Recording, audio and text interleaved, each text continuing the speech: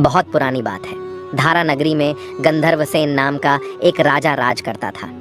उसकी 4 रानियां थीं और उनके 6 लड़के थे, जो सब के सब बड़े ही चतुर और बलवान थे। संयोग से एक दिन राजा की मृत्यु हो गई और उनकी जगह उनका बड़ा बेटा शंखगर्द पर बैठा। उसने कुछ दिन राज किया, लेकिन छोटे भाई विक्रम ने उसे मार डाला और स्वयं राजा बन बैठा। उसका राज्य दिनों दिन बढ़ता गया और वह सारे जम्बू द्वीप का राजा बन बैठा।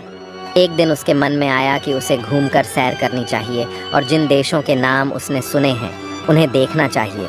तो वह गद्दी अपने छोटे भाई भर्तृहरि को सौंपकर योगी बनकर राज्य से निकल पड़ा। उस नगर में एक ब्राह्मण तपस्या करता था। एक दिन देवता ने प्रसन्न होकर उसे एक फल दिया और कहा कि इसे जो भी खाएगा वह अमर हो जाएगा। ब्राह्मण ने वह फल लाकर अपनी पत्नी को दिया और देवता की बात भी बता दी।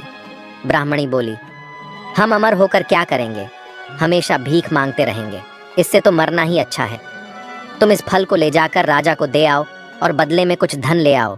यह सुनकर ब्राह्मण फल लेकर राजा भर्तृहरि के पास गया और सारा हाल कह सुनाया। भर्तृहरि ने फल ले लिया और ब्राह्मण को 1 लाख रुपये देकर विदा कर दिया। भर्तृहरि अपनी एक रानी को बहुत चाहता था। उसने महल में जाकर वह फल उसी को दे दिया। रानी की मित्रता शहर के कोतवाल से थी। उसने वह फल कोतवाल को दे दिया।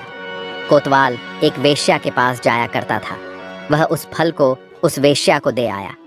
वेश्या ने सोचा कि यह फल तो राजा को खाना चाहिए।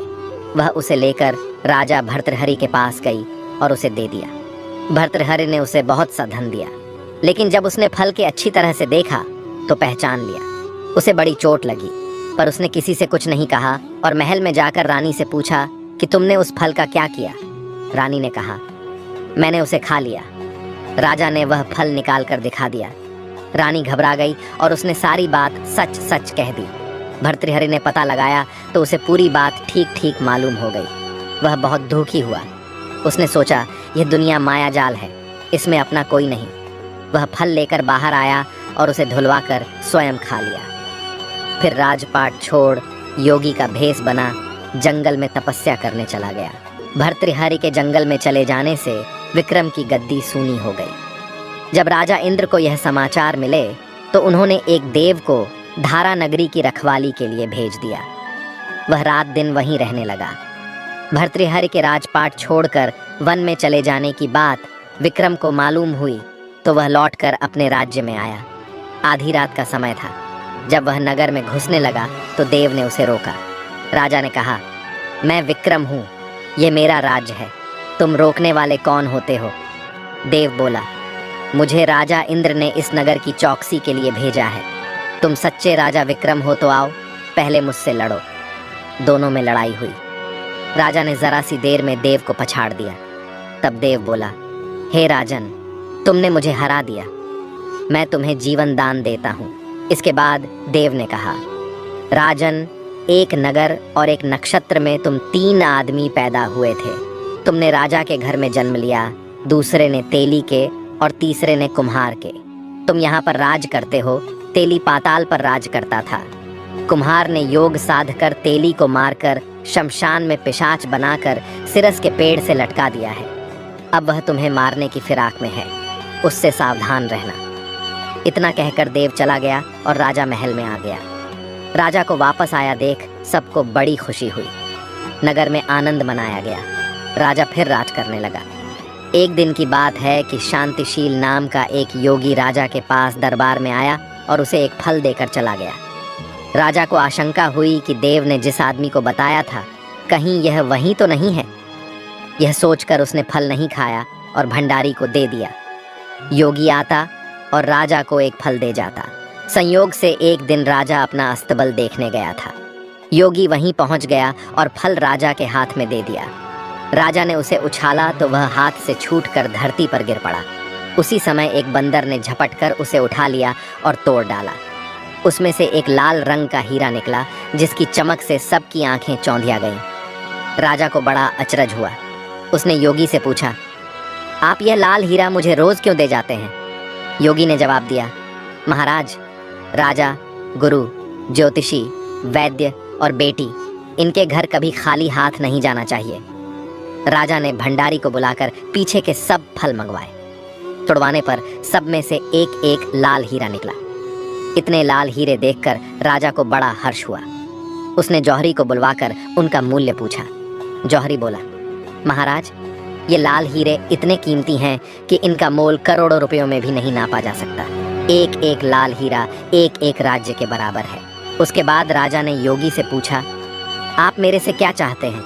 तो योगी कहने लगा, तुम एक रात मेरे पास रहोगे तो मेरा मंत्र सिद्ध हो जाएगा। एक दिन रात को हथियार बांधकर तुम अकेले मेरे पास आ जाना। राजा ने कहा, ठीक है। इसके उपरांत योगी दिन और समय बताकर अपने मठ में चला गया। वह दिन आने पर राजा अकेला वहां पहुंचा।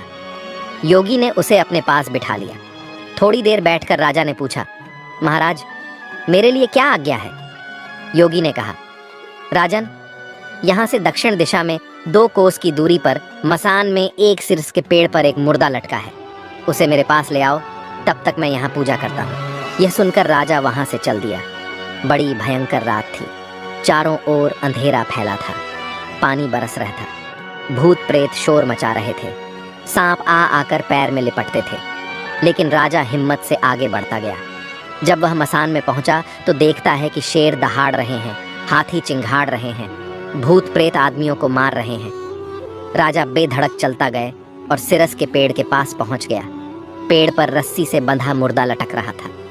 राजा पेड़ पर चढ़ गया और तलवार से रस्सी काट दी। मुर्दा नीचे गिर पड़ा और दहाड़ मार मार कर रोने लगा। राजा ने नीचे आकर पूछा, तू कौन है? राजा का इतना कहना था कि वह मुर्दा खिलखिलकर हंस पड़ा। राजा को बड़ा अचरज हुआ। तभी वह मुर्दा फिर पेड़ पर जा लटका। राजा फिर चढ़कर ऊपर गया और रस्सी काट मुर्दे को बगल में दबाकर नीचे लाया और बोला, बता, तू कौन है? मुर्दा चुप रहा। तब राजा ने उसे एक चादर में बांधा और योगी के पास ले चला। रास्ते में वह मुर्दा बोला, मैं बेताल हूँ, तू कौन है और मुझे कहाँ ले जा रहा है?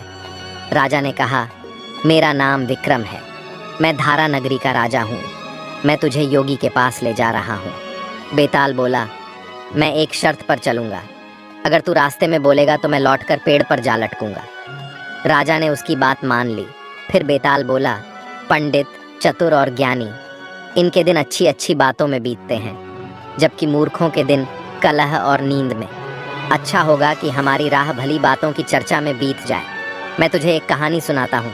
तो दोस्तों, यह पार्ट आपको कैसा लगा कमेंट करके ज़रूर बताना। नेक्स्ट पार्ट जल्दी आ जाएगा, तो चैनल को सब्सक्राइब कर लेना।